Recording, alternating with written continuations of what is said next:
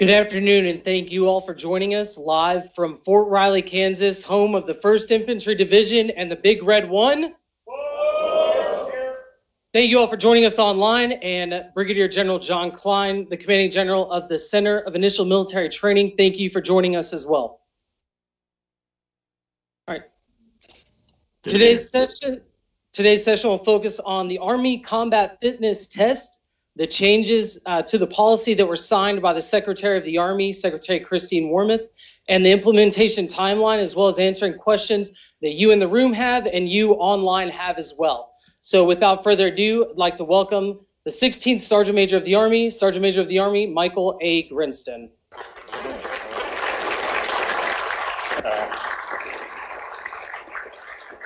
Okay, General Klein, I see you clapping. So, it's awesome. It's great to be back here with the Big Red One. And I am a former Big Red One soldier, and I'm proud to say that. So it's good to be here with you.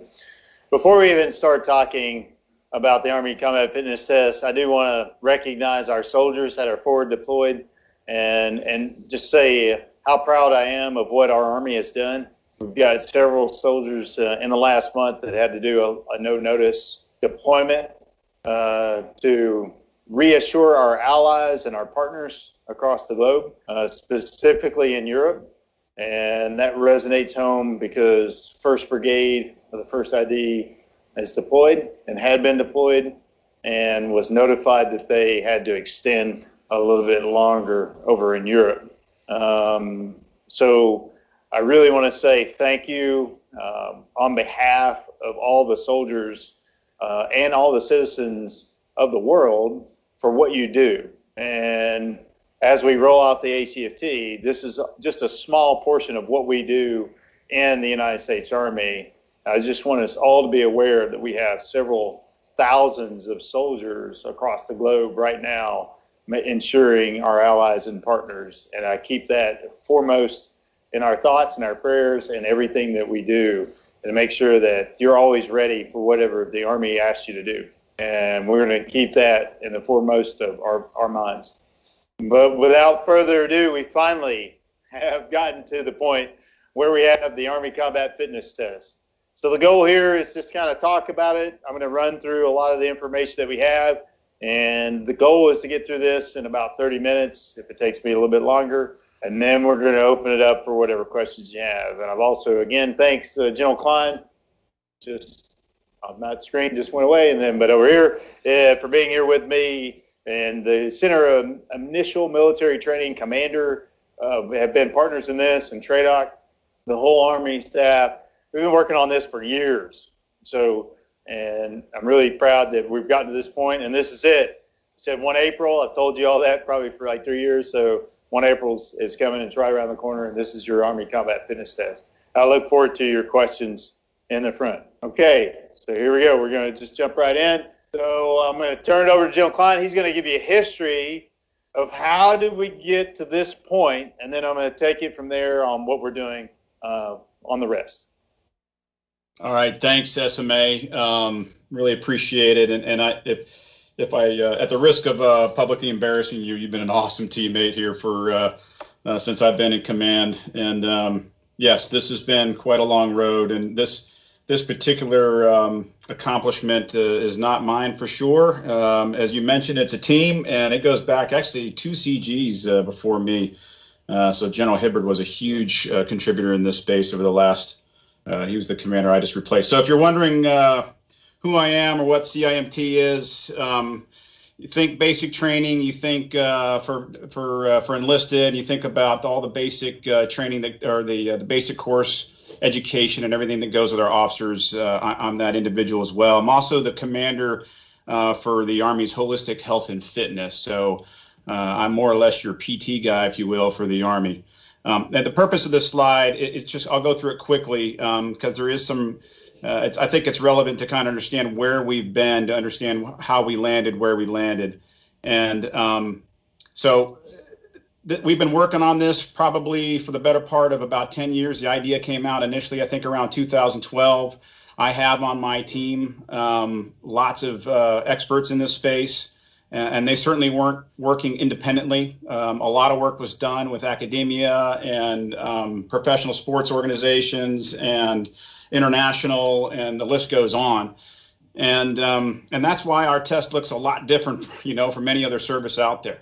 And it is. The Brits probably have the next closest thing, but it's your Army that has decided to go to the next level and break away from something that we've been doing for 39 years. Frankly, it's been something I've been doing my entire career. It's something that the SMA has been doing his entire career, and we knew that we needed to change. But we knew that would be a rocky road, and like the SMA just said, I'm just as excited as he is that we are finally here at this stage. The APFT, for those that don't know, we've got 10 components of physical fitness, and the APFT for 39 years we focused on muscular endurance, and that's really it. And there's so much more involved with what we got to do in our Army. Loading projectiles, for example. I listened to the SMA talking about loading like 93 projectiles into a vehicle, and then having to unload 95-pound projectiles. We are spreading the trails on howitzers. We are ruck marching all over the place. You guys know because you're doing it out there in the big red one. So we knew we needed to do something better, and that's where ACFT was born. And unlike the APFT just focused on one component, ACFT gets after all 10 of them. And just by way of education, so I mentioned muscular endurance for the APFT, but muscular strength, aerobic capacity, flexibility, power, agility, balance, reaction time, coordination, speed. We wanted to get a test that was going to incorporate all of this. And we started off with 25 events that we looked at, and they were related at that time to those warrior tasks and battle drills that we do. That's another responsibility I have here in CIMT, is those basic tasks, skill level 1 tasks, and warrior task and battle drills. And we wanted a test that was we could link to each one of those. So we took the hardest, most physically demanding components of the warrior task and battle drills, and we developed a test, we boiled this thing down, and that's where we came about with the 6 events. Those 6 events, we figured if you could train on functional fitness and then be able to perform well within the ACFT, then you were going to be more ready for combat. Don't get me wrong. If you're training to do the ACFT, or if you're training in a way that's going to make you better in the ACFT, you will be better at doing your wartime tasks. Although we struggle a little bit to defend that argument. So that's kind of the why behind the ACFT. And we really got serious about 3 years ago. And you guys can look at the objectives there. And a lot of these objectives still hold true today. We wanted to improve soldier readiness. We wanted to transform the culture. We wanted to reduce injuries, and initial data looks like it's going to be good in reducing musculoskeletal injuries if you're training properly, if you're following FM 7-22, if you're doing things like periodization. Those things will help you reduce those injuries. And then certainly we wanted to increase overall unit readiness. And so these 3 blocks, as you read them from left to right, that's FY19, FY20, and FY21. And with each one of those years was an evolution in the ACFT. And I think a lot of you in the room, you probably remember that. So 1.0 was, that was our first one. We had this black, and we had the gray, and we had the gold standards. And we said, okay, if you're going to be certain MOSs, you have to score in the black. You guys probably remember that. Infantry and armor, and depending on what you're going to do. And then if you're less, if the requirement was going to be less physical, then you could start to stagger it down from there. And that's what we started. It was gender neutral. The discussion was, it doesn't matter male, female. If you got to do these tasks, you got to be able to perform at this level. We evolved over into FY20. We made an adjustment there, and the point here is, look, we were evolving back then. We're evolving now, just like we did for the APFT too. We evolved over 39 years. I think it was like 4 iterations when it was all said and done, but never did we get completely stagnant. Anyway, in FY20. We pulled the MOS standard linkage away. It just became too hard for policy, to be honest with you. If you're think about it from a National Guard standpoint or something, and you're assigned to your to your armory, and you're an 11 series, and then you can no longer perform at the black standard. That's a little bit harder, right? Because that individual can no longer set, does he get moved from the armory? Does he have to go find another MOS, reclassify, go to another location? It just became really tangled. And so we said, okay, we're just going to make a set of standard for everybody. And it was at that point we added the plank, and we made it a go, no-go event. And then in 21, we evolved to the most recent version that you all are familiar with, still gender neutral, which, it was the same standard for male and female. And we got into the tiering, and I know you're all familiar with it, but you could be a platinum, you could be a gold, a silver, so on and so forth. And then we added a 100-point scale to the plank. And then, rightfully so, Congress wrote in the law within the NDAA, and we'll get into that later on in the slides, but the National Defense Authorization Act, it was written in there, hey, look, Army, we're a little bit uncomfortable here, and we need you to answer 2 questions, and we'll get into those later on. And then they did a study. They asked for a third party to do it. They did the study, and we took the feedback from that study when we made the final changes, which the SMA is going to go into later. But it wasn't just the RAND study, and that's important to note here. We looked at 630,000 scores that we had accumulated over time, given all the diagnostics we had over 3 years. We looked at RAND study, of course, as well. We took a lot of feedback from soldiers and leaders across the force. And then we within our own team and talking to academia, and there's a lot of folks that were involved with it. We settled where we are right now. I shouldn't say settled. We came to a final conclusion on where we are right now with the ACFT that was just approved.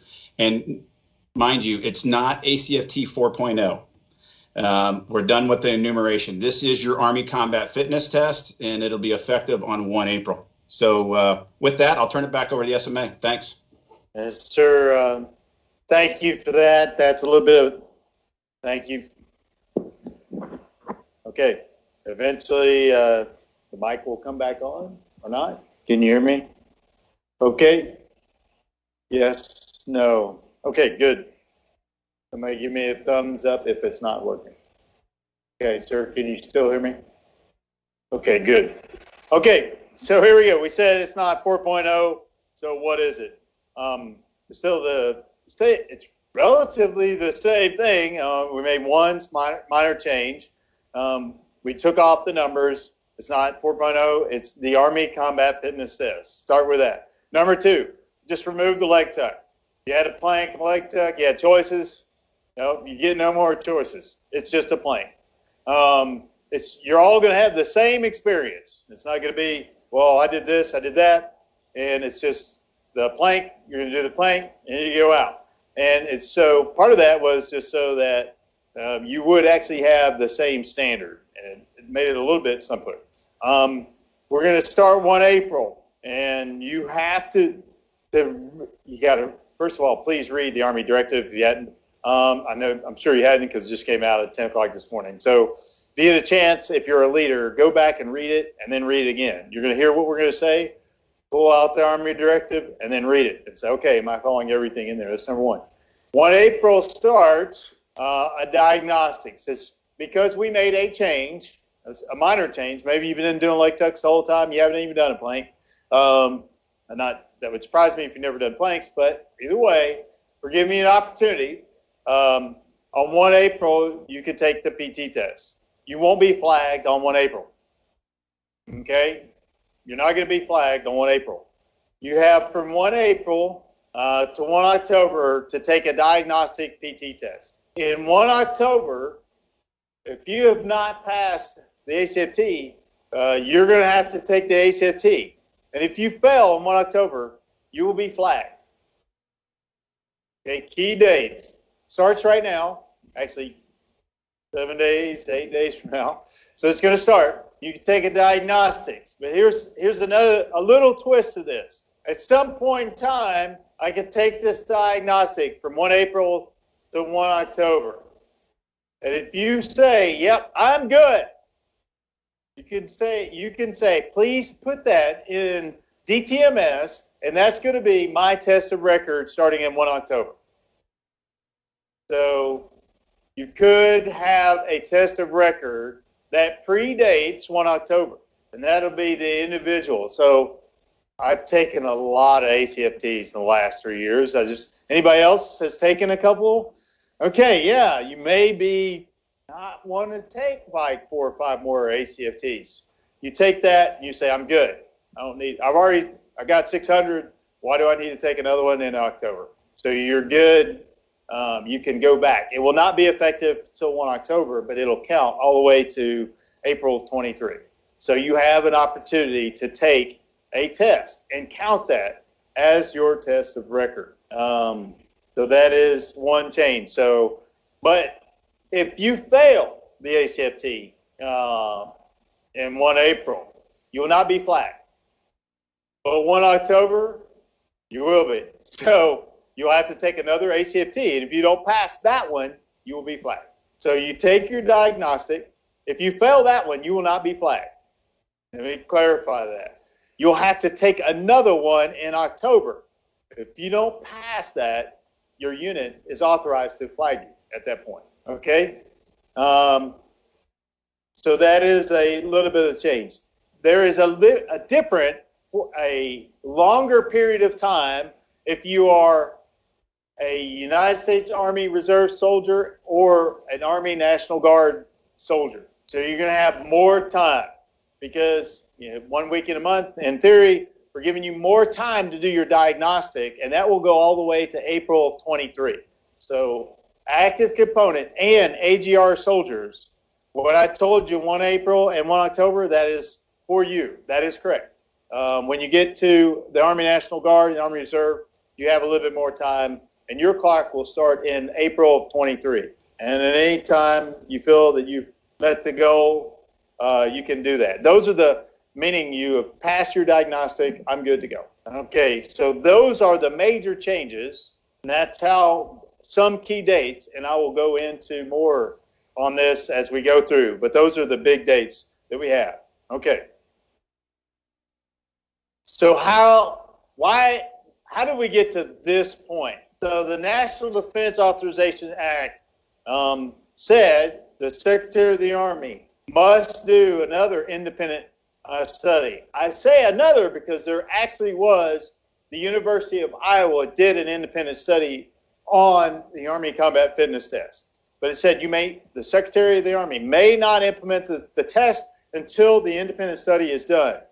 And we have to look at the impacts of climate on training and testing. And the second one is, what would be the impacts for recruiting and retention, especially with different MOS and other things. And what happened is RAND came back and said, we looked at the independent study, and they came up with recommendations for the Army.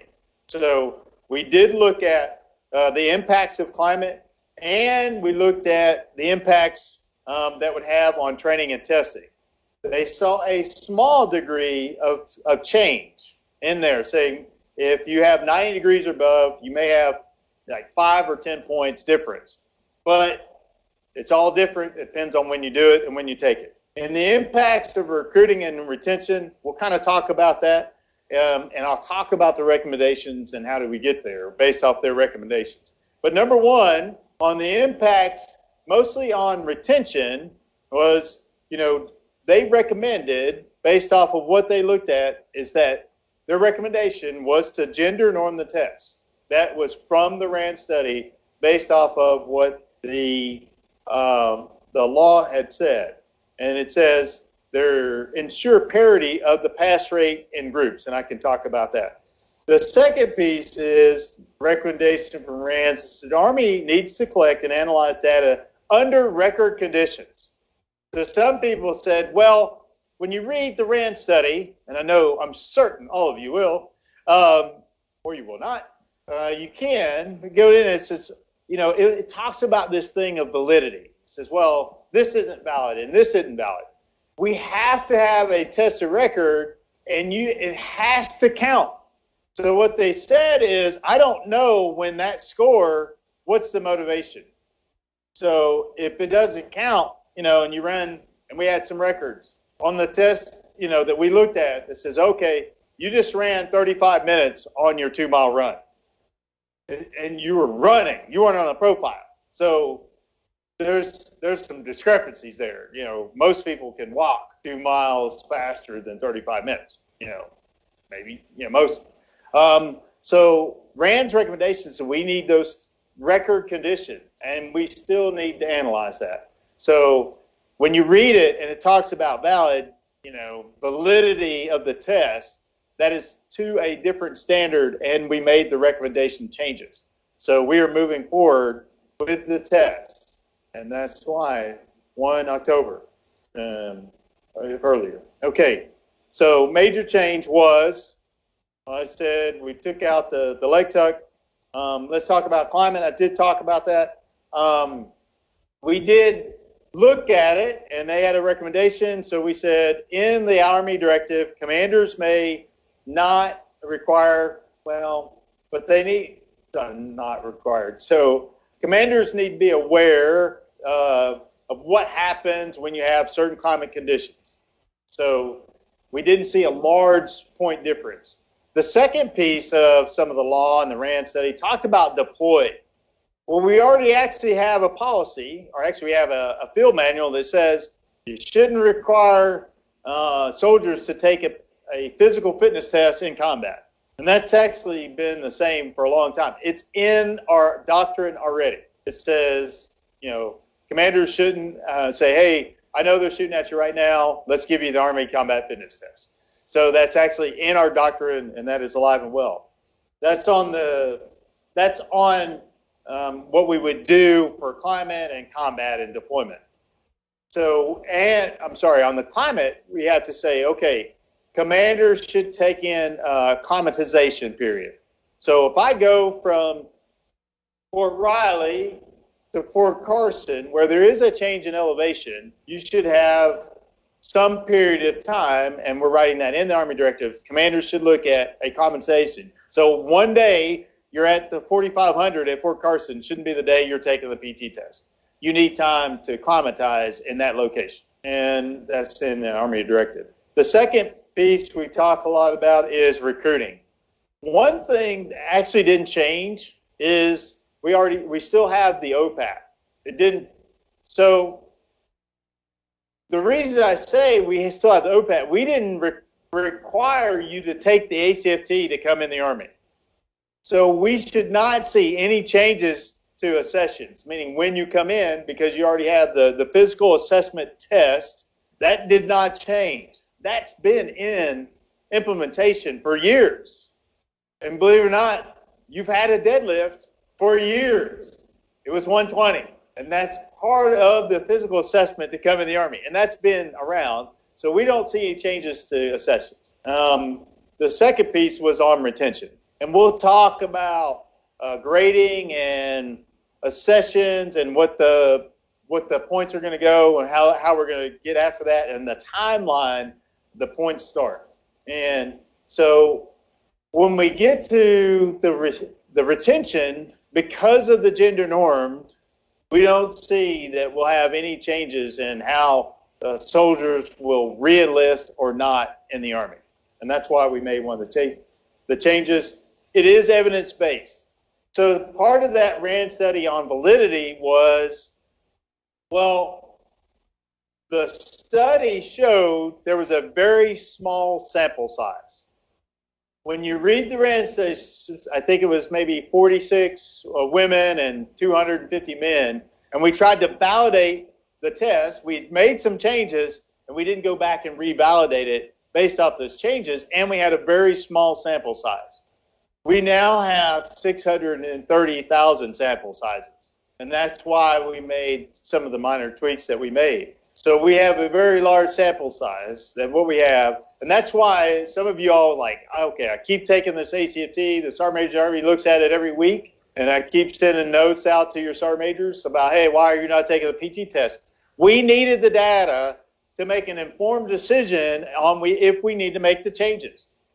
So there is a little bit of why you kept taking that. It's because we needed really good data in order to inform us on what this is going to look like. So it is evidence-based on the changes that we made. We also wanted to mitigate the impacts to all the groups and subgroups. and I'll talk a little bit about that when I talk about the leg tuck here in a minute. One thing is training over time. So the recommendation says, hey, when you have, from the RAND study, when you had the time, you can do well on the ACFT. So we made a few changes on the timeline. So in the past, if you failed the Army physical fitness test, you only had 90 days. You had to take it again. If you didn't pass in 90 days, you were separated from the Army. So based off the RAND study, we're giving you more time. We got now 6 events. So we're going from 90 days to 180. You still only get 2 times to take it, but we're giving you more time to say, hey, we changed the test. We got all these events. So instead of 90 days, we're going to give you 180 days. That's if you're an active component soldier. If you're a reservist, United States Army Reserve, or Army National Guard, that time is longer. I think it's 240 days total. So you get more time to train because we did make a change to the test. So over time, we're going to phase this in, and I'll talk about the phasing a little bit more, but we're also giving you more time to retrain if you failed the Army Combat Fitness Test. You get double what you had for the Army Physical Fitness Test, but it is still 2 times. But if at any point in time in there you say, I'm good, I was having a bad day on that day, I didn't feel well, you weren't listening, and you made me take the PT test anyway, I failed, and you come back and with your commander and you say, sir, ma'am, I'm good, I'm ready to take the test, I did a diagnostic, score 580, I'm ready to go, you can take it. So, but the max amount of time you have in the active component will be 180 days, and no less than 120. So you can't come back and say, well, okay, you got max is 180, but I want you to do it 90. No, it's 120. So if you say, no, I'm not ready, about 120 to 180, you got to take a PT test, okay? And no longer than 180 after that, it's time to get after PT. And then last thing is one of the recommendations from RAND was governance. Have a formal governance forum, and I'll show you a quick slide on the governance here in a minute. So we have a formal governance forum that will go to under the Vice and the Sergeant Major Army, and we'll look at this on a biannual basis. There'll be monthly working groups to kind of look at where we're going, and then eventually a couple times a year they'll bring it up and say, hey, do we need to make any changes? Any recommendations? I don't see any major changes to the ACFT. It took us 40 years to get this version, so trust me, I don't see us going, hey, let's go redo that again. So it's going to be a while. But there may be minor changes and recommendations over time, and we've done that with the old APFT, but I don't see any major changes. So when PFC Whitaker, 40 years from now, when you're the Sergeant Major in the Army, you can go ahead and make a new one. Okay, good luck. It was awesome. We got here. Okay, next. What you're seeing right now are the max and min slides. Not slides. The max and min of the standards. We went and we said it is now gender norm, and it's age group. It's like the old age groups from the APFT. They're right there. What you see on there is actually your min and your max, and by age group, and it goes all the way up. For anybody that happens to be 62, it's right there, and those scales are for you. I'll let you stare at that. Okay, so why did we go back? Number one, it was one of the recommendations from the RAND study. That's number one. Number two is this is a general fitness test. So everybody needs to be fit, and, depending on your age and your gender, it's a general fitness test. What we were trying to do, it was always a general fitness test, but you heard General Klein talk about it. We're trying to cram a whole bunch of other things into it, like what about this MOS, and what about that MOS, and what about this unit and that unit, and we said we need to make it simple. So for a general fitness test, we normed it, and then maybe later we could go back and say, what about this MOS and what about that MOS? But for a general fitness test, that's the major event of why we said we're going to have these age groups and these norms.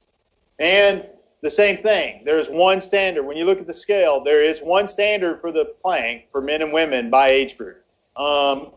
Very similar to what you had on the sit-ups. There was one scale. So when you look at there may be different age groups, men and women, but the time for the plank is the same for men and women.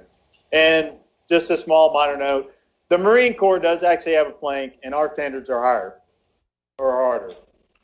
Where is all that? Okay. We removed the leg tuck.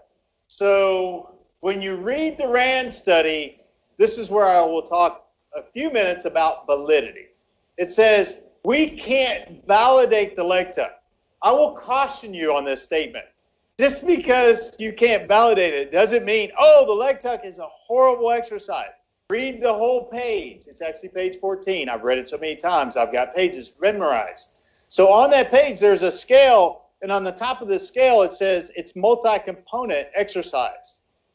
But that comes into play, and I'll talk about this whole validity.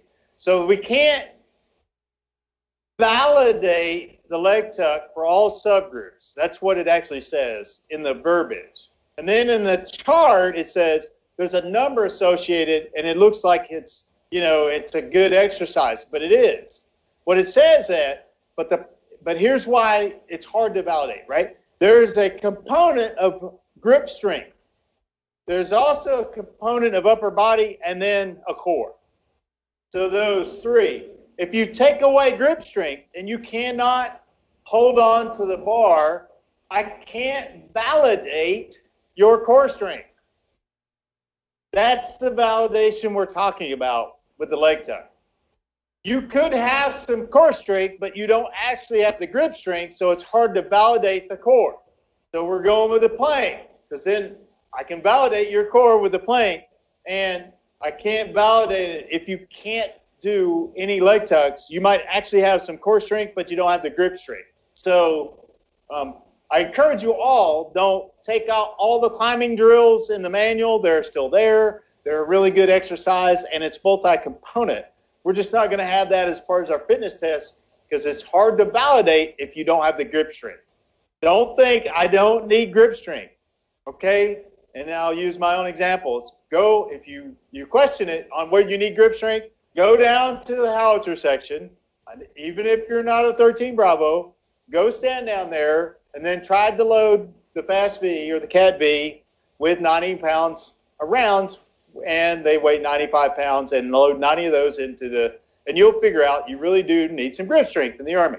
Okay, so don't take away, hey, we never need grip strength. But we took that and tried to validate, for all subgroups, we need to validate the plank. And even in the same RAND study, it says we couldn't validate the plank. RAND even says it. Because it's going back to validate it, because we had somebody would do a leg tuck and somebody would do a plank, somebody would do a leg tuck and somebody does a plank. And they said it's hard to validate if everybody's doing something different, if that's good for warrior tasking battle drills. So to actually get validity, you need everybody doing the same thing, and then you could say, is it good? Or you'd have to either do it for this group or that. So that's a lot about the validity and why we took it out. Okay.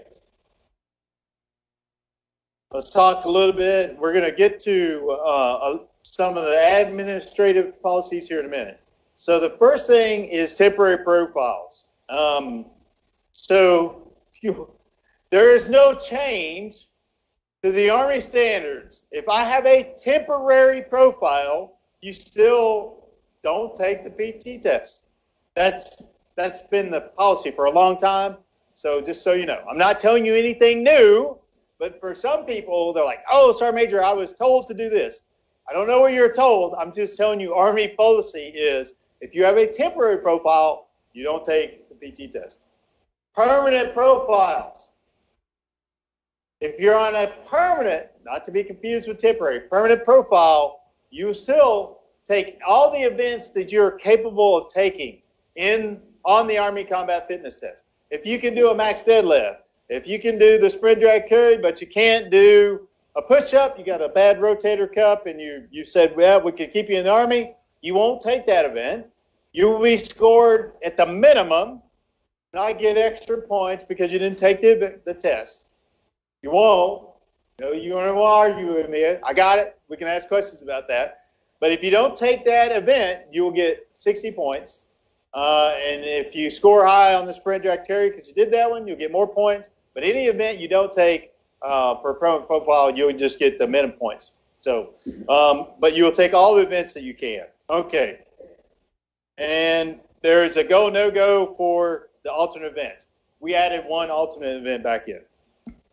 The alternate event that you didn't have until we just rolled this out was the walk. And so why do we put that in there? So there's a lot of questions about equipment. And you had a bike, you had a swim, you had a row. What I found is we didn't issue that equipment. It was a unit purchase. And some units didn't purchase.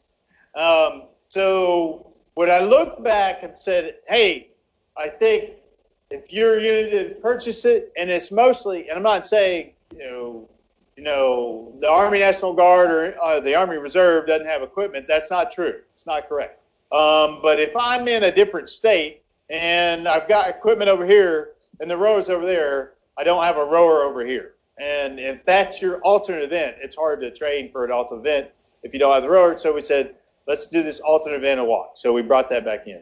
We may take it out later, but right now the walk is the one other minor change. Took out the leg tuck and we added a walk as an alternate event. So we added that in. And then the next is the governance. Very quickly, we added a governance for you all. There's a monthly working group. Again, I told you at the top, we're going to look at it. We're going to look at it biannually, and then any decisions will be made from the Department of the Army as we go forward, as we look at this. And then the moment we're all waiting for is the wonderful slide on policies and how it's going to go in. So we'll go to this last piece, maybe. Please go to the. Okay, good. There we go. Okay, I'm going to go down line by line. Number one, flags. Maybe we do a little check on learning. So when can you be flagged if you don't pass the ACFT? Okay, 1 October. There you go. When can you be separated? Well, that's not the next one. I said I go line by line. Okay, if I am an Army National Guard or a United States Army Reserve soldier, when could I be flagged? Okay, April 23. Wow, you were listening. I was surprised there for a minute. Okay, good. April 23. ETS. Okay, so if I go in October, I fail the PT test. You said, well, Sergeant Major, I get a chance to take the test again, and I need to re-enlist. And I'm about the ETS. You cannot re-enlist without a valid ACFT. And believe it or not, that's the same with the APFT. However, you can extend. So you can do an extension and say, hey, I want to do an extension. I want to stay in the Army. I'm a good soldier. I failed the test. You can extend. You do that extension, you pass the ACFT within 2 times, 180 days. You did a 7-month extension. You pass, you can stay in the Army. You don't pass, you can't re-enlist. Okay, you can extend if you don't pass, starting 1 October. Re-enlistment, thought I was pretty clear on that. If you don't pass the ACFT, you cannot re-enlist in the Army. You have to pass the ACFT. That is no change. Same thing, APFT. You don't pass, you don't stay in the Army. Okay.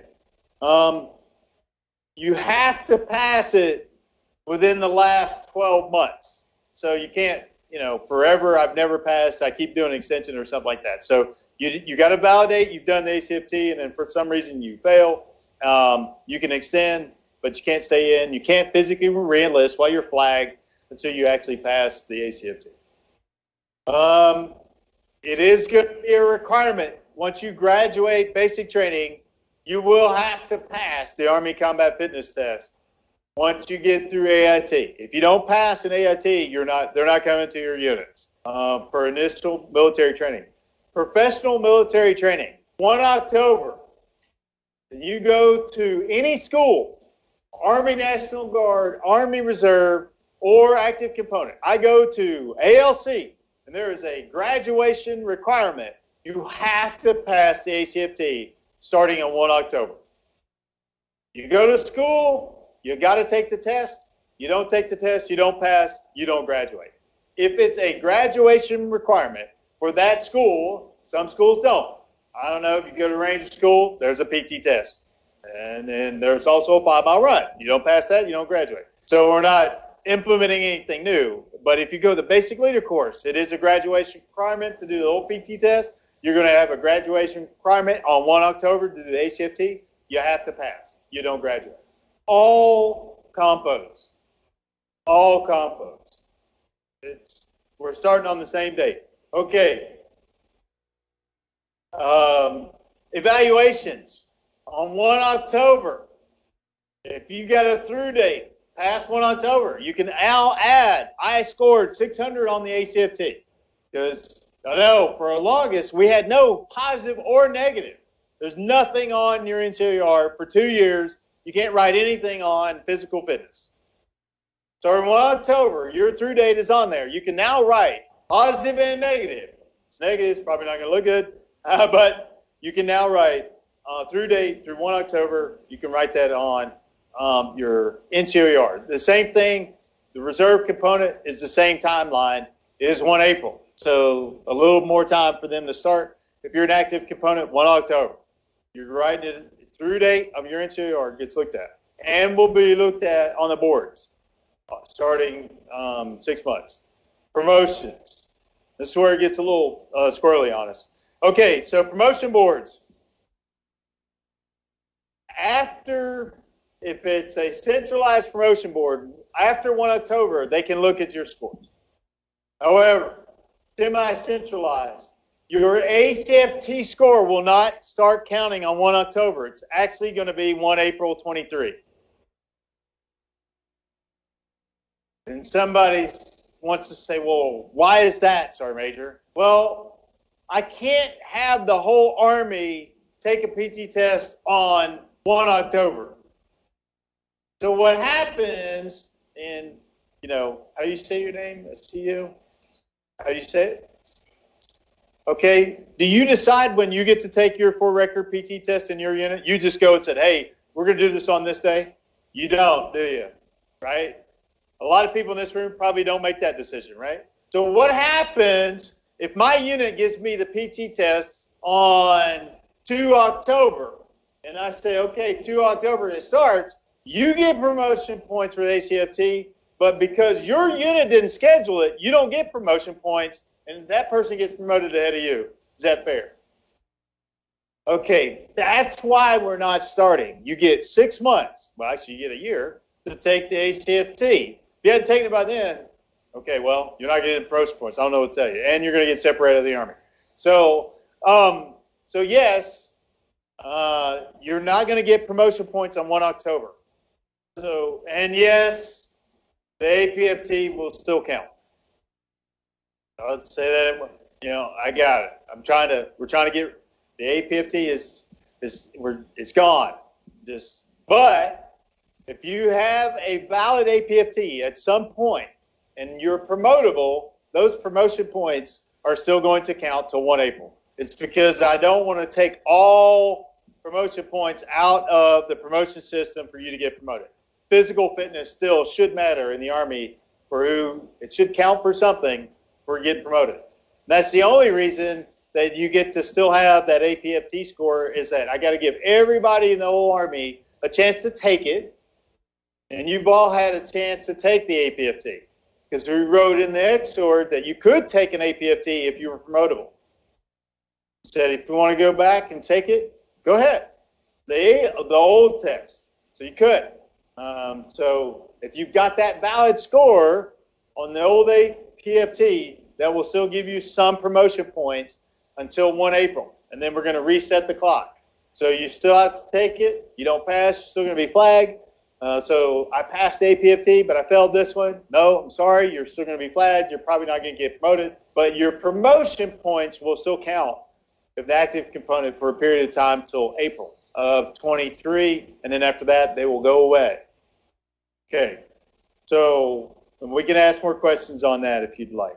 Permanent profiles, I talked about that. Temporary profiles, when you read this extension in a very long time, for temporary promotions, temporary profiles on ACFT, it's because you may have a temporary profile for a long period of time for whatever reasons. So those scores may count for you for a period of time. And you may even just get a blanket score in 1 April. So if I'm, for whatever reason, I'm promotable and I have not taken an ACFT ever, and I'm on this temporary profile for whatever reason that comes around in April, and you're in good standings in the Army and you're on a temporary profile, you could get some promotion points in the ACFT, but it would be the minimum. It would be 360 points, okay? And I can answer questions on that if you'd like. And then lastly is separations. Enlisted personnel on 1 April of 23, you will be separated if you not passed an ACFT.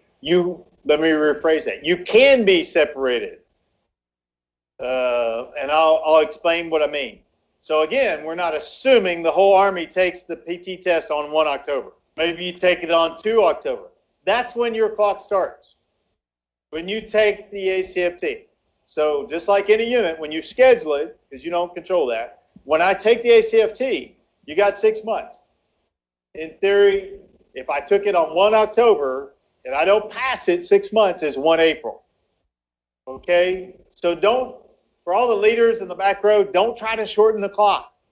It's still 180 days. But 1 April, I can separate you. So if you take the PT test and you fail in January of 23, don't try to separate somebody in April 23 because the Sergeant Major of the Army said you could. Yes, you can separate someone. But that's the date that's fixed from 1 October, assuming you take a PT test in 1 October. Does that make sense? You have that 6 months. Whenever you take it and you were to fail, you have 6 months to recruit from there. And the clock is 1 April. We just said 1 April of 23, separations will start, is because if you took it on 1 April and you failed, that's the date. But that's not the date. If you haven't passed by then, we're going to kick you out of the Army. If you fail later, that's when your clock as an individual starts. Okay. And that date for the active duty is 1 April 23, and the Army National Guard and the Army Reserve is actually 1 April 24 because their timelines are offset. So they get the same amount of time to recoup. Separate will be 1 April 24 for the Army National Guard and the Army Reserve. Okay. And then I will close. And what I'm saying is please read the policy. Pull out the Army directive. You can read the RAND study if you'd like, but more importantly, if you're a leader, pull out that Army directive, kind of go by there, read it, and then think about it and read it one more time. But I basically kind of covered most of that. There will be some nuances in that, and I'm welcome all your questions. Leadership matters in physical fitness, and we'll open it up for questions. So thank you. Thank you, SMA. Just as a reminder, a lot of the things that you saw today and that policy is available at army.mil/ACFT. SMA will begin our questions right here in the room. Sergeant, I believe you have them. Sergeant Major, Staff Sergeant Rieger with BCO 118. I'm the company MFT. My biggest question with the H2F and the new standards for the maxes and skeletal and muscular injuries, is there going to be any changes to the H2F buildup with the possibility of the muscular and skeletal injuries? Is there going to be a relook or no? Yeah. I'll kind of give you general guidance, and hopefully General Klein heard that. He's the holistic health and fitness. He already told you he's in charge of all that, so I appreciate your question. We do want to make sure that we do implement our holistic health and fitness program. What we've done, for those that may not know, we're adding registered dietitians, occupational therapists, physical therapists to brigades, so you have this, capability down in your formations. And then to your specific question on musculoskeletal injuries, I'll turn it over to General Klein. Sir. Hey, thanks, SMA. Thanks for that question. Got a little bit of an echo here. So 7-22 with this ACFT is absolutely still relevant, just like it was in the previous version. And if you're less than familiar, I would encourage you to break it out and take a look at how periodization works and how we build physical fitness up, because it lays it out there in detail. And as the SMA was describing, for those of you that do have the benefit of having an H2F team, then you absolutely have all the resources. And the intent, just for everybody in this audience, so you understand, holistic health and fitness, and this largely applies to the active component when I talk about these resources. The intent is that 110 brigades by 2030 would be resourced with these teams that are embedded into your formations. We already fielded 28 brigades right now have H2F teams. And as the SMA was describing, you've got a director that's overall in charge. It's a 37-person team that's within the brigade. You have a physical therapist, you have an occupational therapist, you have registered dietitians, you have strength and conditioning coaches, you have athletic trainers in there, you have cognitive specialists, and ideally, all of these individuals are located in one facility, and that's up for discussion right now within the Army. But we have a Soldier Performance Readiness Center. Consider a gymnasium that has not only probably the artificial turf right down the middle of it, like we're seeing in a lot of the gymnasiums, and we have the pull-up bars and we have the hex bars and all that. But also in that facility are the offices that contain those specialists that I just mentioned. So if you are a young soldier and you're coming in and you say, I've got a sore ankle, or I want to work on a new PT program, or I want to do preventative measures so I don't have to always treat injuries, then you go into the Soldier Performance Readiness Center and you go and you see the physical therapist that says, hey, sit down, private client, let me talk to you about, here is an individualized program for you. And that's what we're doing with H2F, are individual programs. And we say, we think you need to do this set of exercise, and then there's your list for the next 6 weeks. Then you go off to see the registered dietitian. They say, hey, given your body mass, given such and such, we think these are the meals that you need to be eating. How you doing on sleep? How are you doing mentally right now? Well, I've been feeling a little depressed. Then you go see the cognitive specialist. You get my drift here. All of it is included in there. And as our Army senior leaders have said, we do a better job, or historically we've done a better job of tracking the maintenance status of a striker or of a pacing item, and we know exactly where the parts are anywhere within the system. But we struggle to do that with our people, and this is kind of at the heart of putting our people first. This investment that our Army senior leaders have made in this area of H2F is significant, and it absolutely is putting you up front and center. Until you get these resources, 7-22, a lot of those resources are already there, right there at the big red one. They just may not be in this nice little single gymnasium, but they are resident on the facility, and your chain of command is tracking those resources. I would encourage you, though, take a look at this. People are talking about periodization. Take a look at the proper way in which we are trying to work out our individuals. So often is the case, we say, hey, let's go out and do the workout of the day. And whether it's CrossFit or you name it, we go out, and that's where we're hurting people, to be honest with you, right? We're going to say, hey, we're going to do overhead presses. We're going to do all this stuff. And we haven't really looked at setting the base and then building and then tapering and then getting to the combat phase and then doing an appropriate recovery. So hopefully that answers your question. All right. SMA, thank you. Or General Klein, thank you. Our next question will be here in the room, and then we'll go online for the next set of questions. Man, Sergeant Major Williams, Dagger Brigade. Thank you for coming out, Sergeant Major. This may be a way too soon question, Sergeant Major, but do we have any idea when this will be implemented with EIB, ESB, FMB?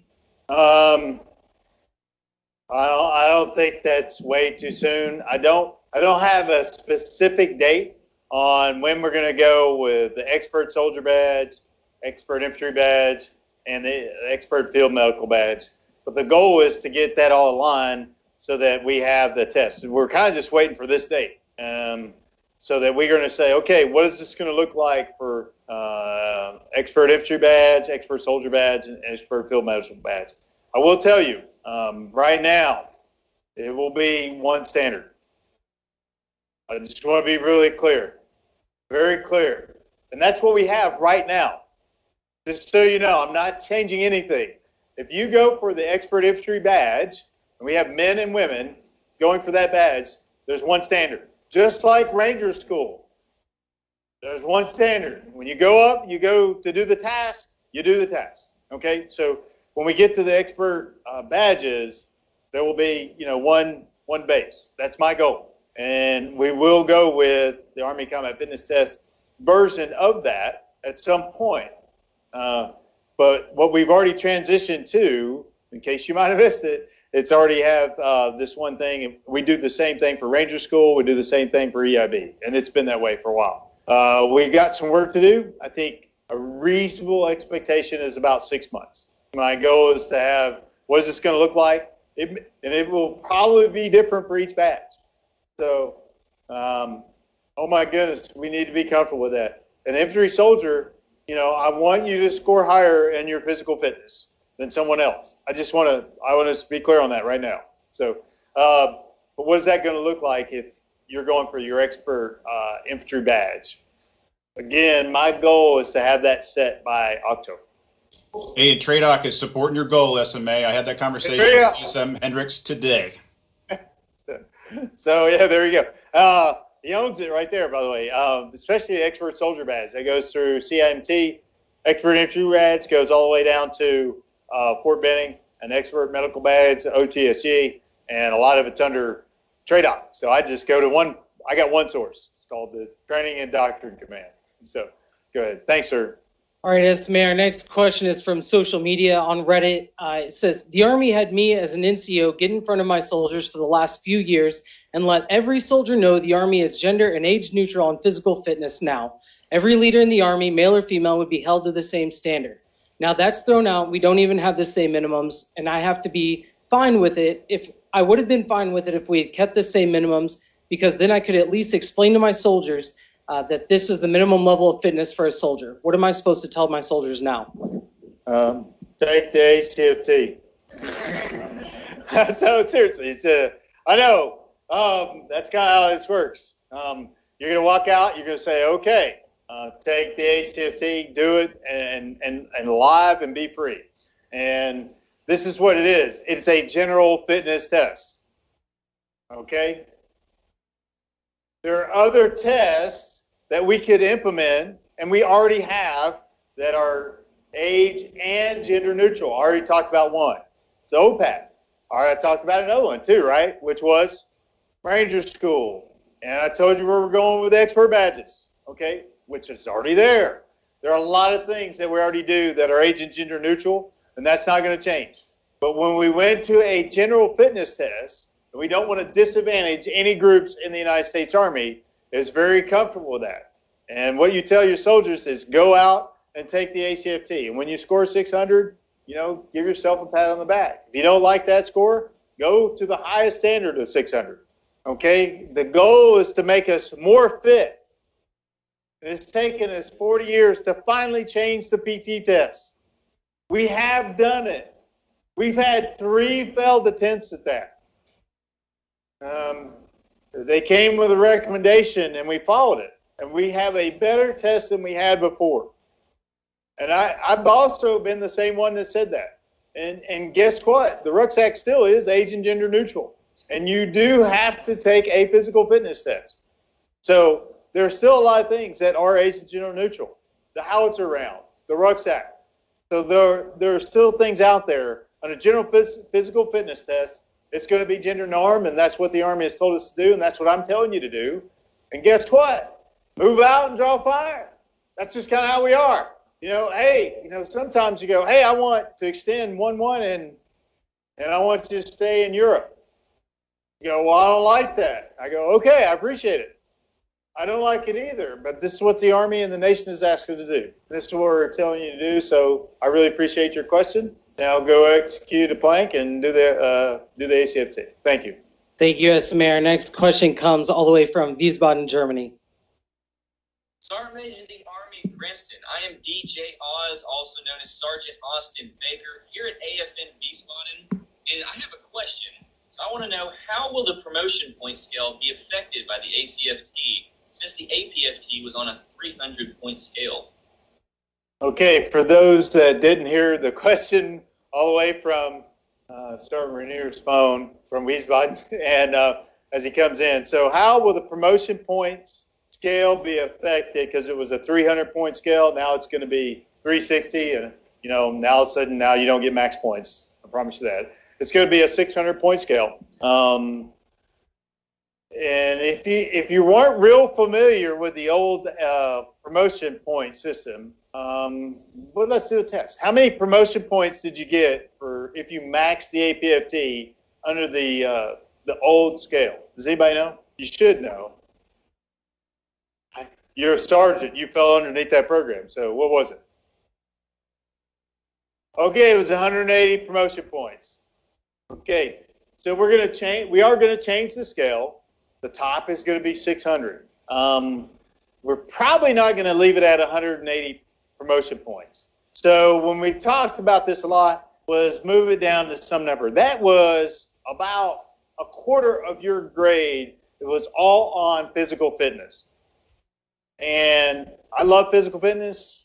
Do it every day, my Sundays. But I think we were weighting the scale. So we're looking at changing the scale down, maybe go to about 100 promotion points. And then you know what I want to focus in on? Are getting you to those expert badges. Right? Because I think if, physical fitness is great, but you know what's even better? You're really good with your rifle. So I don't have to physically overcome you because I could just shoot you. Yeah, I'm good with it. Maybe you are. I don't know. So don't confuse when I say we may go a little off of physical fitness. I'm not going to put all those points to college education. I want to be very clear on that. It's going to be in your warrior task, expert soldiers, rifle marksmanship, ranger tab. So I'm looking at those skills as a soldier and increasing that. And that's where some of those promotion points are going to go. 600, and don't quote me because we haven't actually got, but right now it's about 120. We'll take it down a little bit from 180 to about 120. When you score 600, it'll be graduated, minimum here, top here. You're going to get, 120 promotion points. You get 600, you'll get those points. And that's kind of what we're looking at. So we're going to take it down a little bit, and then we're going to increase when you get those badges. Believe it or not, like a combat infantry badge may be worth 30 points, and the expert infantry badge may be worth 60 points. And the back row's like, yes, our Ranger. So same thing, combat action badge, 30 points, expert soldier badge, 60 points. So a special in your skill. So that's where we're going for promotion points. That'll be 1 April 23. It may change, so if you walk out here and say, this is what we're doing, okay, I got it. I got the right to kind of massage that. Biannual board, I get to look at it. Okay, but that's where we're going right now. Thank you for the question. Sir, anything I missed? Probably like, no? Okay, good. You nailed it. Thanks, sir. Just doing a check on learning. All right, SMA, I'd like to come back here in the room. So if you do have a question here in the room, if you just raise your hand. And so because I did kind of spring that on them, I guess if there anybody in the room with a question. All right, great. Thank you. Seriously. I think there's an overflow room too, I thought. Yeah, Sergeant Major, First Sergeant Nunley, 3 Military Police Company. I have several questions, but I'll just ask one. But when will DTMS begin record keeping that we can actually see on a regular basis? 1 October. That's yeah, no, well, yeah. We blanked it out, but so 1 October you can go in and say this, diagnostic test is now valid, and you can go put that into DTMS. So right now, that's a good question. Maybe we have to go look and say, why can't I open it up right now? Okay, so. And I'll take that down. That's CAC, SMA. That's CAC. So I'll go. We'll carry that one.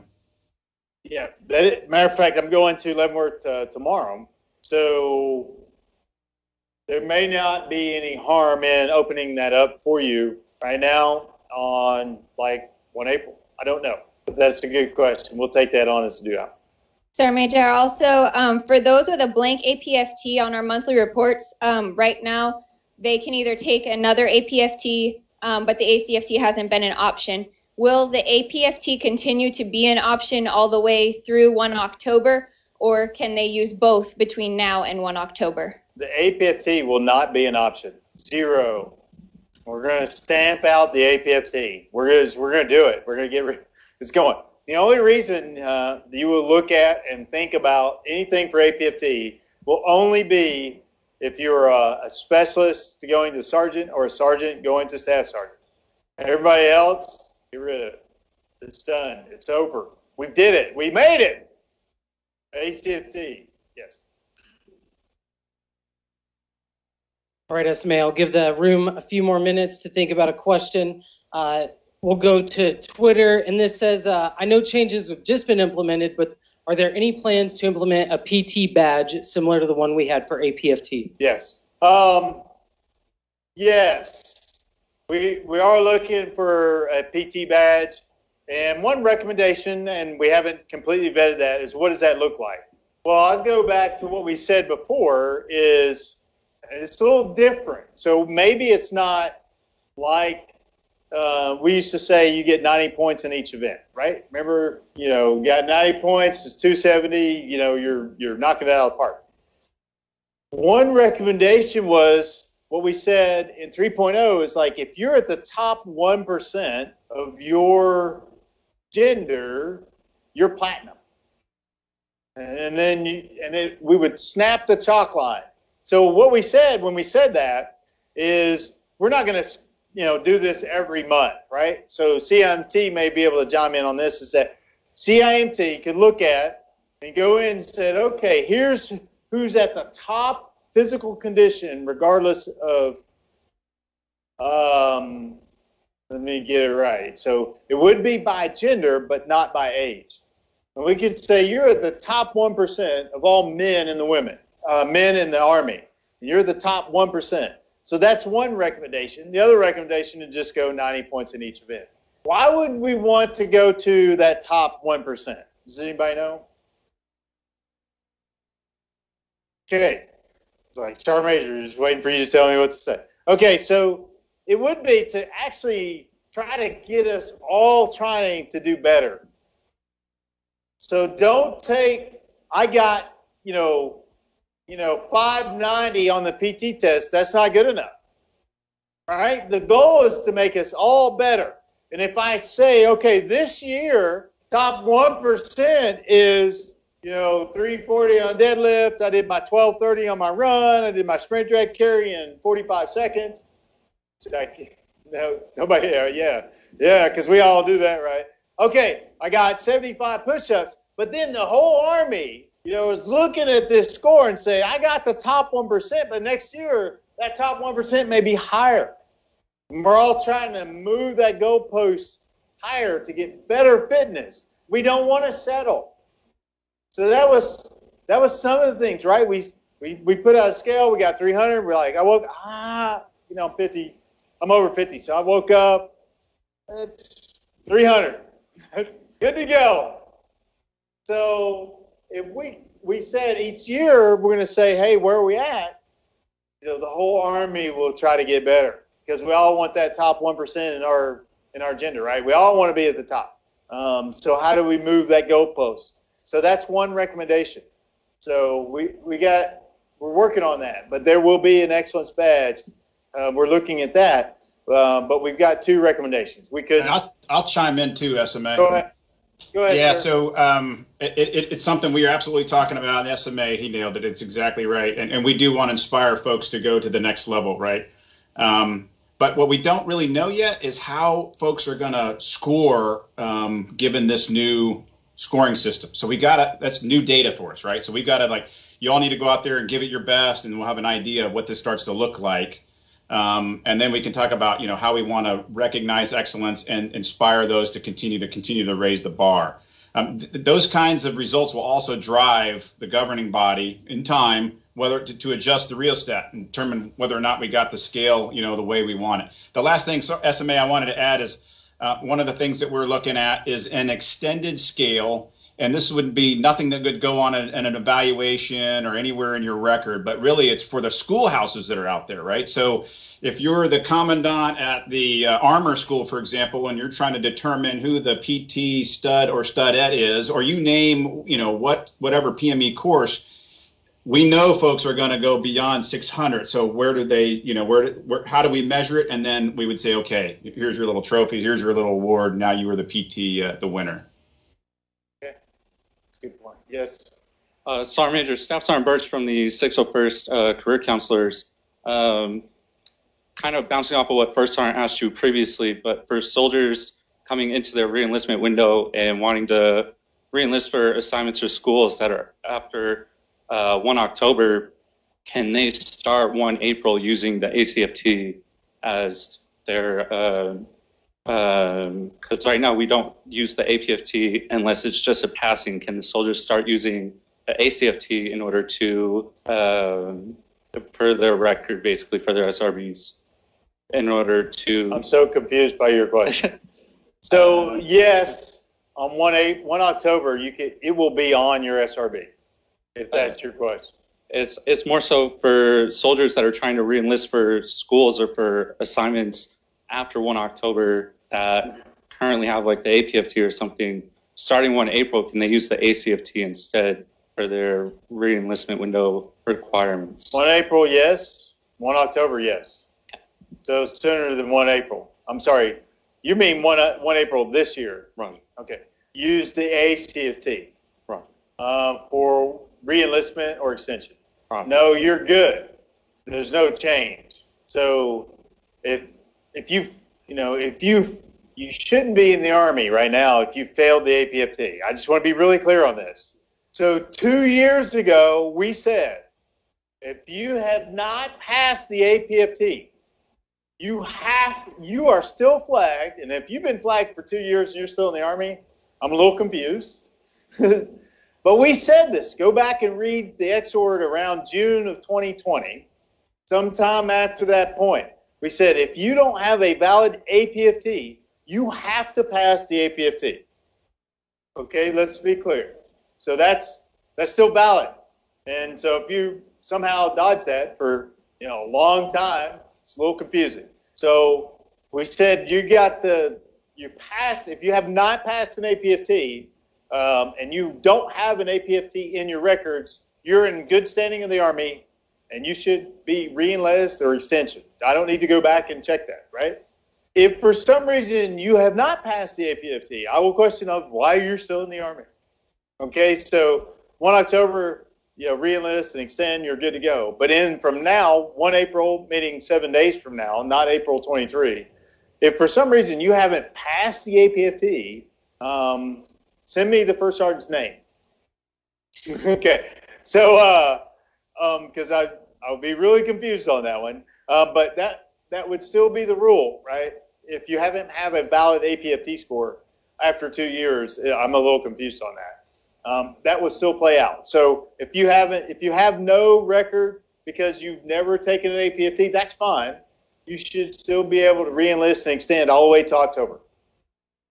Okay, I hope I answered your question, and I hope I got that right. Okay.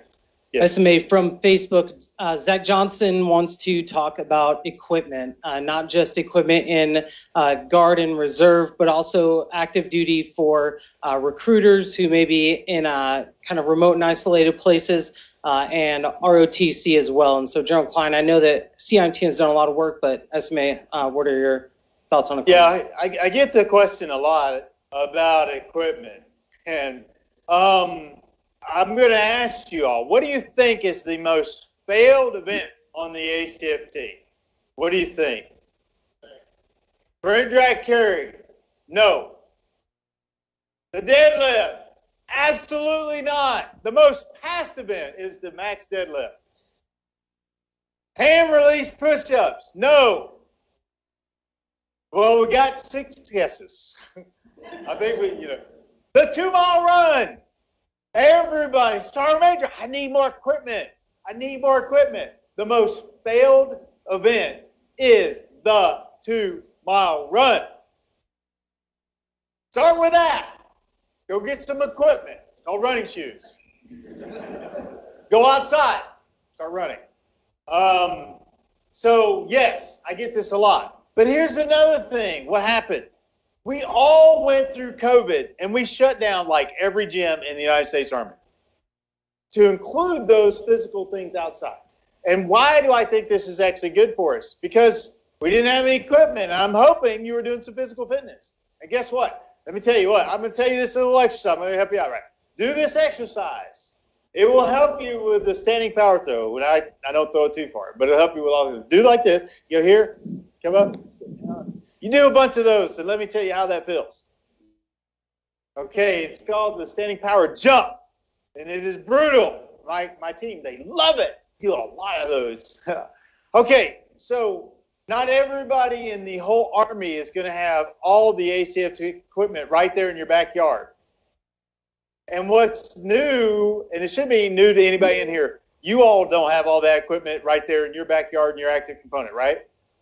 We have training plans that will help you do body weight exercise that are really good for the Army fitness tests, the Army combat fitness tests. They're really good exercises.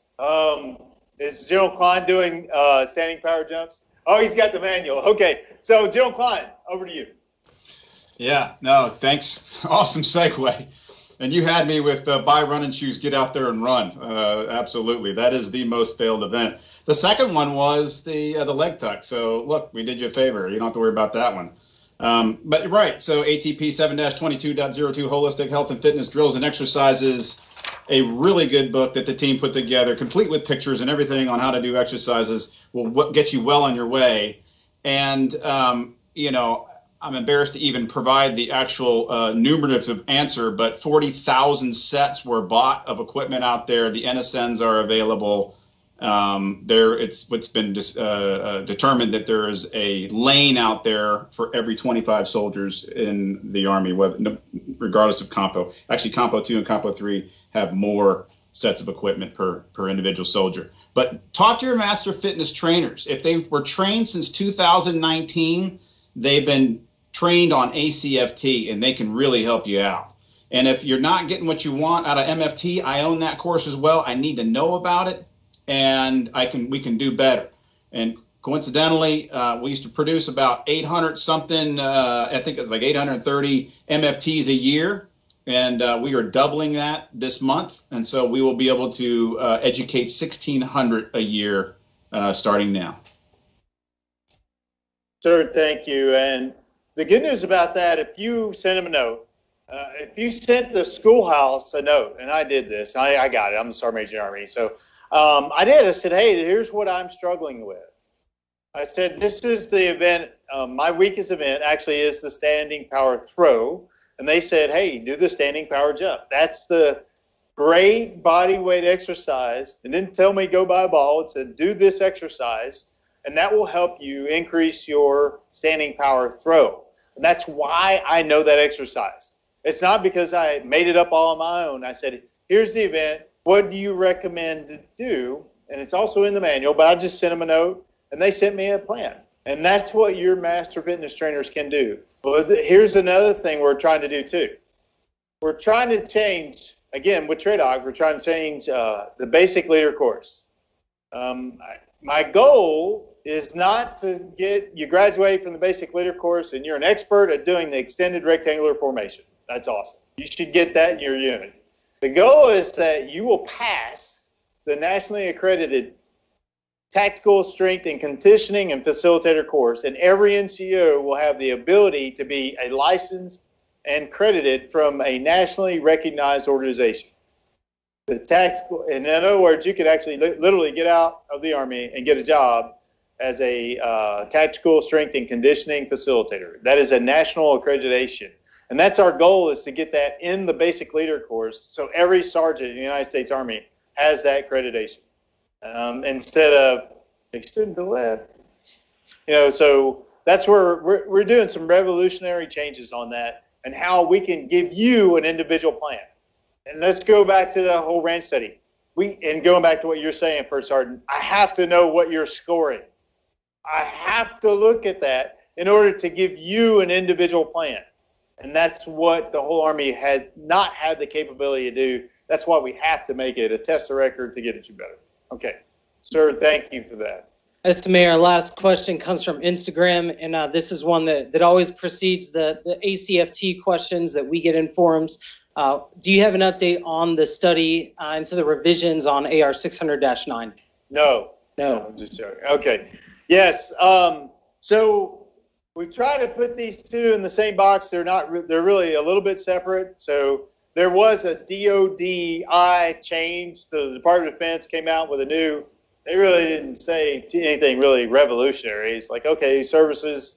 You can look at body composition. I was like, okay, we've been looking at body composition for a long time. So maybe about 2 years ago, 3 years ago, I got a lot of questions on body composition, and it always tied to this same forum. So about 2 years ago, I brought in the person that actually did the last study. I actually still worked for the Army, still worked at Usarium, was a person named Dr. Friedel, and we had about a 2 or 3 hour session about body composition. Bless you. And I come up, he convinced me that, okay, the last study done in 2001, there's time to go look at it again. So we put the things in motion and talked to TRADOC and my counterpart, CIMT, again on body composition, and we started the study. That started in October. And we went to Fort Bragg, and we did an outbrief, but we're not finished yet. We didn't have all the demographics that we wanted. So a lot of people said, Sergeant Major, you didn't have this or that in your study, and everybody accused it of being a bad study. Usarium, the people that did the study, they were not very happy with those comments. But we went back and we're doing it again, and I wanted to make sure that we got all the demographics that we needed. We need different shapes. We need actually different ages. We need men, we need women, we need old, young, 19, 50. So when the studies come out, we did in October, I didn't get the complete demographics of what we were asking for. So we're still working on the study. So we did an outbrief on where we were at in December, but I'm not ready to go forward until we look at the full body. So right now, I think in March of this year, they're looking at more demographics in Fort Lee, and we may need to go somewhere else. We need a little bit more funding. We have the funding now. And I'm hopeful to get that packaged up and do an outbrief on something in October, but it just depends on what the study says. So we have a preliminary decision. Actually, there's no decisions. It was a preliminary report, but we're not finished yet, and we needed some time to get the groups that we're asking for. Some of the groups we needed. We didn't have enough Hispanics. We didn't have enough Asian Pacific Islander. So I don't want to come out and go, well, what about this group? It's not fair to this group. So we're really cautious on here's the demographics of what's in the Army in America, and then did we get that group on the body composition? And one thing we also did is, I'll tell you, we doubled the amount for women. So 18% of the Army, 16, 17, 18% of the Army is women. So we said we want 36%. So the group, 65% will be men, and all races, backgrounds, where you come from, and we kind of increase women to see what's the advantages or the disadvantages for that group. And that will not be ready for prime time. And we looked at ACFT. But we also need that data too. So when you come into the study, they're going to ask you, what is your ACFT score? And we document that. So if we were to go to something and says, well, if you score 600, do we need body composition for a person that scores 600? Probably not. So, but maybe we do. I don't know. That's what the second piece of that the study needs to help us look at. What does the test do? So not only do we need your scores on the ACFT, and we also need you to do the study. We've had people drive from one location to the other to do the study. You're more than welcome to. You might not like the results, right? So I shared my results with the whole Army at some point because I told them, and then they reported on it. So I was like, well, that's not how I saw that going. I was trying to use that example, but Sergeant Major Army Grinston body fat was this. It was great. You see that in the news. So one scale said, had, some percentage. So they do all kinds of, there are 4 measurements that we do. You do a DEXA. It's a dual X-ray, and I can't remember the middle word, X-ray. They scan the whole body, and it is the gold standard on how you do lean muscle mass, bone density, and then it's an x-ray of your body.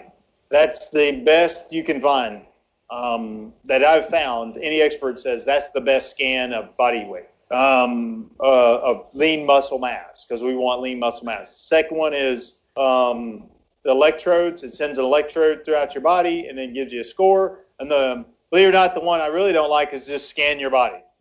That was my highest, by the way. And it's like, okay, you go there, they just scan you, and you go, okay, based off this and your height, this is what your body fat is. That one was like 17% for me. I'm like, oh, that's terrible. My most lenient weight one for me was the tape test. So the scan said 17, the tape had 11. It was the lowest body fat of all the scans. So I will caution you also, that was not true for everybody, by the way.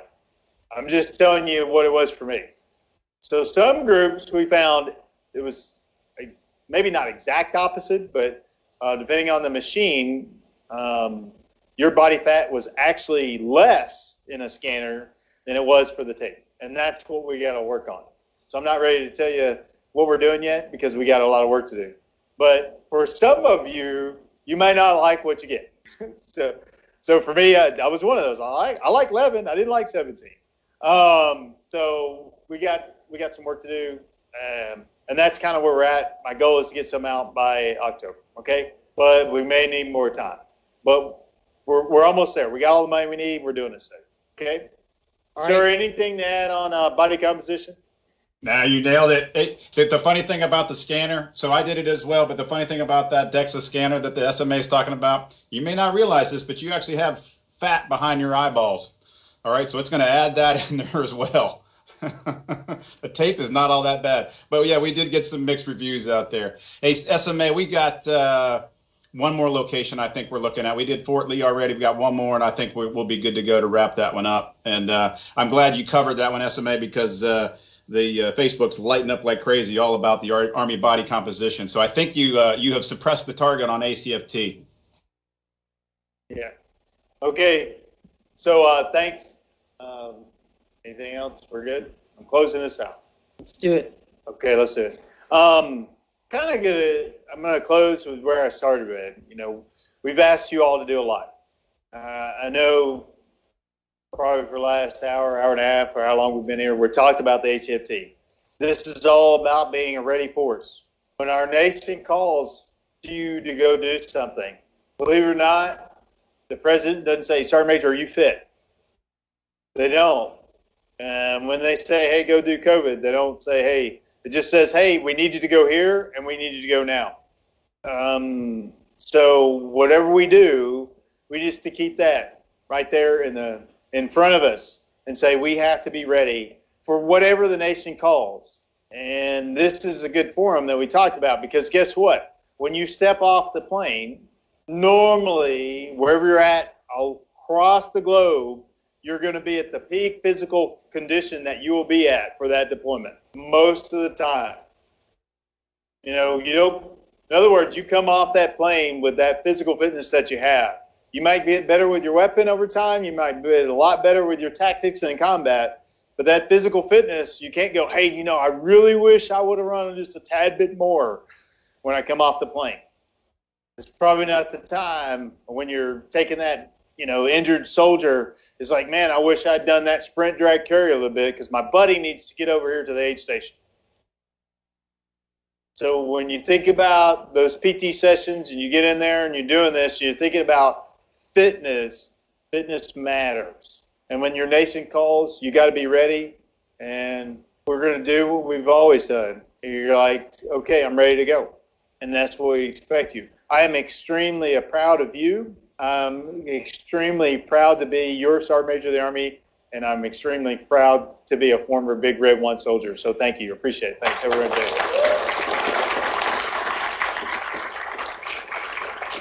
Ladies and gentlemen, that concludes today's presentation. Thank you very much to the 1st Infantry Division and everyone who tuned in online.